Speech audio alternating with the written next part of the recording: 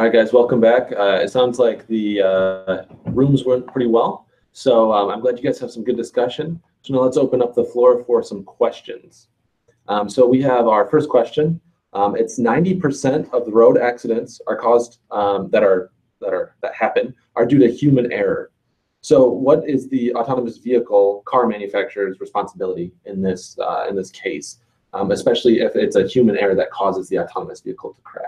That's a great question. I think it is the manufacturer's responsibility, and that's why I give talks almost every week about the importance of adding driver-facing cameras to cars. So the car needs to know what the driver is doing, because most of the error is caused by human beings. And so you want to use computer vision and machine learning methods to detect everything the driver is doing in terms of where they're looking. Are they looking at their smartphone? Are they completely distracted? Are they drowsy, asleep? Are they emotions or frustration comes into play of things? And then just body pose estimation. That's a big problem in computer vision, detecting the hands, the shoulders, the elbows, detecting if their hands are on the wheel or not, detecting if they're in the seat at all or not. With some of these autonomous vehicles, you're able to leave the standard central aligning position, and so the car needs to know that, and for that we need the cameras. Without that, right now the only way the car knows anything about the human occupant is whether it's touch sensors on the steering wheel, and sometimes touch sensors, pressure sensors on the seats. That's all that's all the car knows about you. We believe that the car should know more about your preferences, your styles, the patterns of drowsiness, glance allocation, smartphone use. All these things need a camera. Yeah, absolutely. So then that kind of comes up with a follow-up question. What happens if another driver on the road just switches lanes and hits your car? Right. Then where's the responsibility fall? How is the autonomous vehicle really supposed to react in these situations? So, that's a great question. There's it touches always, these discussions always touch ethical questions, because ultimately when as a society, we're a little bit uncomfortable with an AI system making a decision that's risky. So as human beings, when we get on the road and just in our daily existence, take risks all the time, especially during driving, in merging lanes and changing lanes. There is some probability that will result in a fatality for the driver. There's always some, it's non-zero. But the moment we start discussing when an AI system makes that decision, and that calculus of fatality, making a decision that includes the possibility of fatality, we get uncomfortable, and liability starts coming into play. For me, from an engineering perspective, from a perspective of wanting to save lives, all that matters is that the systems, these AI systems, have a significant decrease in the number of fatalities and injuries. So if we can decrease the number from 38,000 to 10,000, that's amazing. And the fact that sometimes the AI system will result in a fatality or injury is tragic and horrible, but if the final result is that in some, the number of fatalities is lower, that's amazing. Yeah, so it's always interesting to me because a lot of people, they'll say there's an AI that got in an accident. It's terrible. But it turns out these AIs have driven significantly more miles than any human has and not gotten in an accident. And so in terms of ability to actually react to the road, it's actually much better. But humans can't think of it like that. They see that the computer made a mistake. They have a lot less ability to accept computer mistakes. Yeah, and that's something we'll struggle, I think, this entire century. For folks listening now, could be part of the conversation for decades to come, is our relationships to robots. When they enter the home, you have Amazon Alexa, which you work with closely. When these robots, natural language systems, and then humanoid robots enter the home, to which degree do we trust them? To which degree, when they result in an accident or injury or death in the case of cars, how do we emotionally and philosophically deal with that idea? It's an open question, and totally new and exciting one. Wow, that's awesome. All right, so we have another question, and it is, what is the required infrastructure and ecosystem that should accompany autonomous vehicles and driving? And so then the kind of follow-up on this is, can developing countries benefit from this, or is this mostly something that will kind of sit in developed countries for a while? So there is so many amazing solutions on the infrastructure side that will help autonomous vehicles.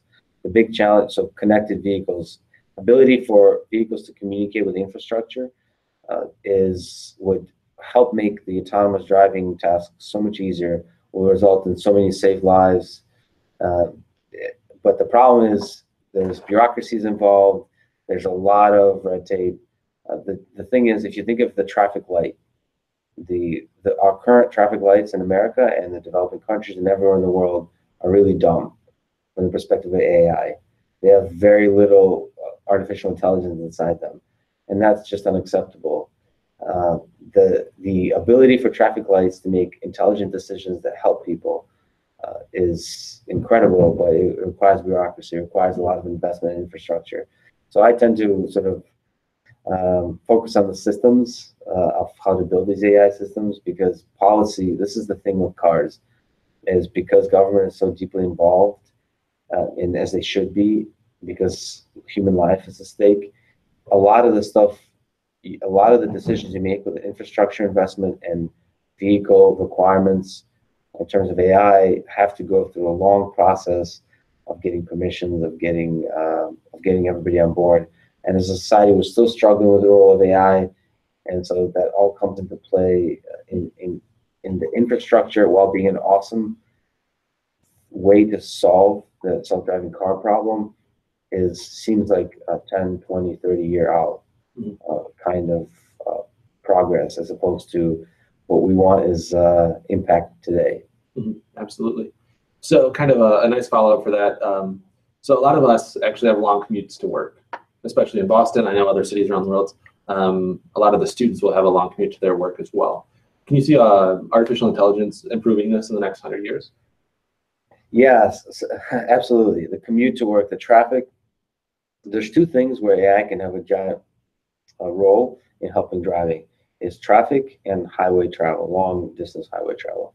So if you want to take a road trip to Florida to visit your friends, 90%, 95% of those miles are driven on interstate. And for most of us, that's not fun driving. AI systems, this is what we focus on, are really good at that. Also, traffic, where there's vehicles all around you, detecting vehicles is very easy with computer vision, with radar and LiDAR.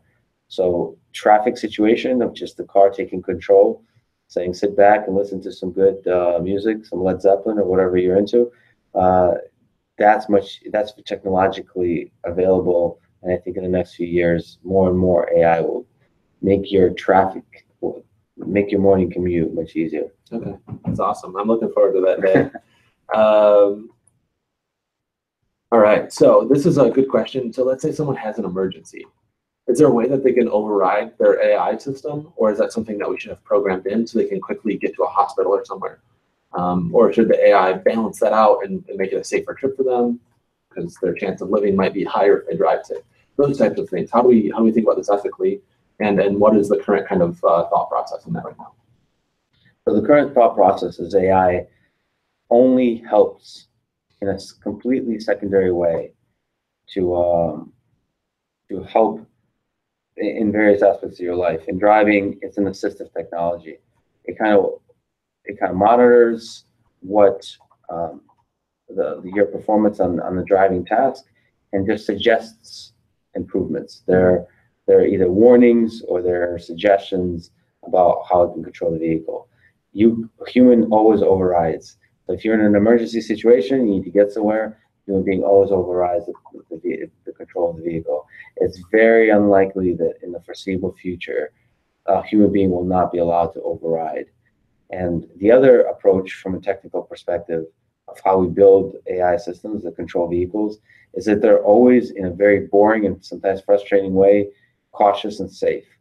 So our current AI approaches are cautious, are careful, very conservative. They do not want to make mistakes.